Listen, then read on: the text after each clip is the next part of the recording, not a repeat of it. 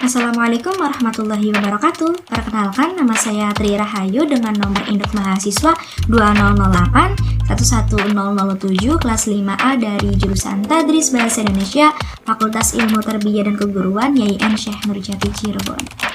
Tujuan saya membuat video ini untuk memenuhi tugas ujian akhir semester mata kuliah pengembangan strategi BIPA yang diampu oleh dosen Ibu Nurhana Widianti MPD.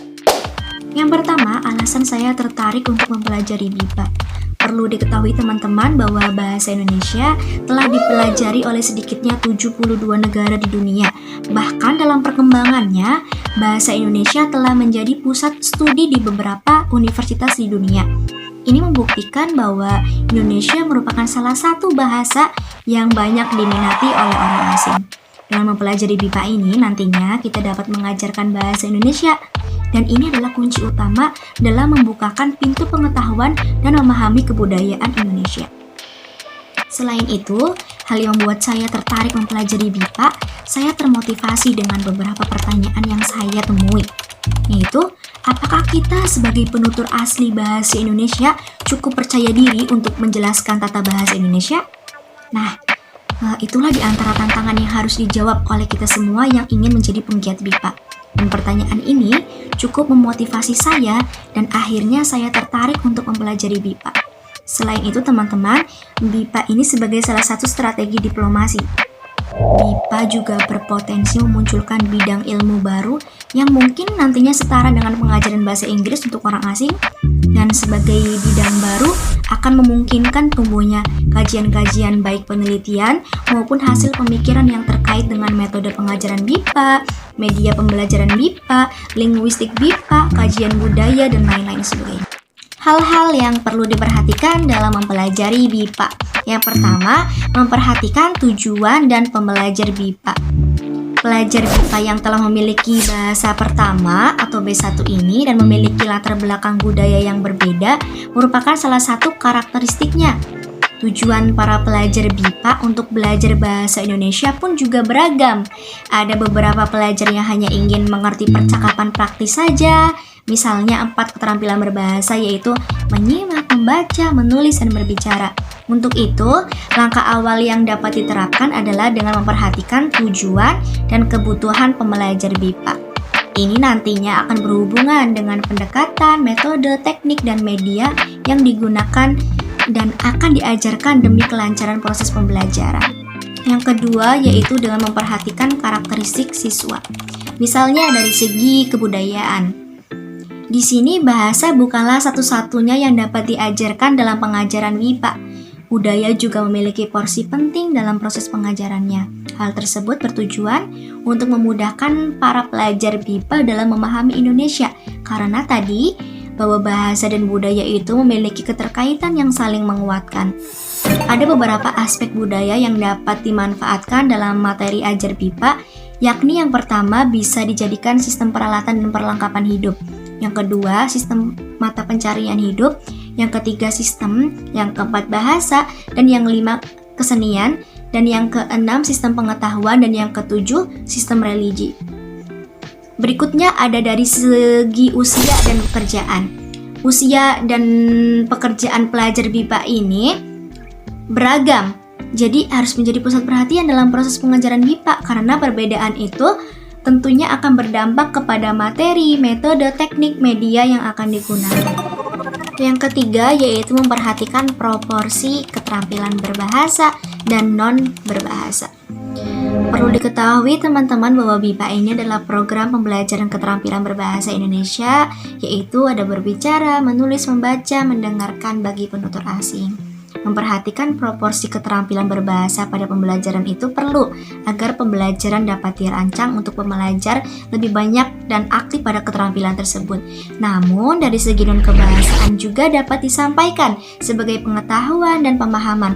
Contohnya seperti norma-norma, bagaimana kehidupan sosial masyarakat Indonesia ini sebagai bentuk nilai entitas masyarakat Indonesia. Hal-hal yang perlu diperhatikan lainnya dalam mempelajari BIPA ini, memperhatikan pemahaman lintas budaya siswa dan guru. Pemahaman lintas budaya itu membuat pendidik dan peserta didik lebih mudah memahami budaya. dan membuat mereka memahami budaya tersebut secara lebih objektif.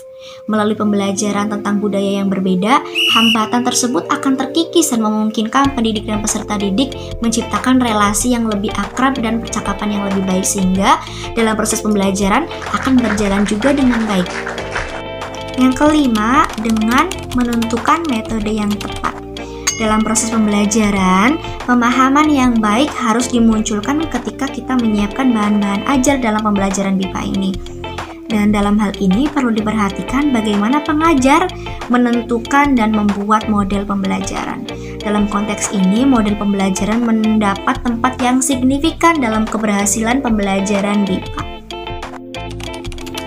Yang keenam, yaitu melihat media efektif yang dapat diterapkan untuk pembelajar BIPA. Jadi, apabila pengajar dapat menentukan media yang tepat dalam pembelajaran BIPA, tentunya akan memberi manfaat, yaitu makna materi pelajaran akan lebih jelas, sehingga dapat lebih dipahami oleh peserta didik, dan memungkinkan peserta didik untuk lebih menguasai tujuan pembelajaran yang disampaikan oleh pengajar.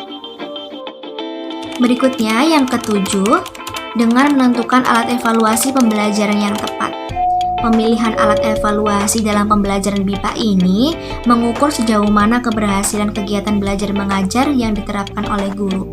Pada proses evaluasi, memberi manfaat pada pertumbuhan siswa dalam proses belajar mengajarnya. Suatu pencapaian perkembangan siswa harus diukur, baik posisi siswa dalam proses belajar individu maupun kelompok. Dan hal tersebut perlu disadari oleh guru karena pada umumnya siswa masuk kelas dengan kemampuan yang bervariasi. Untuk itu, perlu memilih alat evaluasi yang paling tepat. Metode-metode yang dapat diterapkan untuk pembelajaran BIPA. Yang pertama, metode tata bahasa terjemahan, metode audiolingual, metode respon fisik total, metode langsung, metode cara diam, metode pembelajaran komunitas, metode sugestopedia, metode komunikatif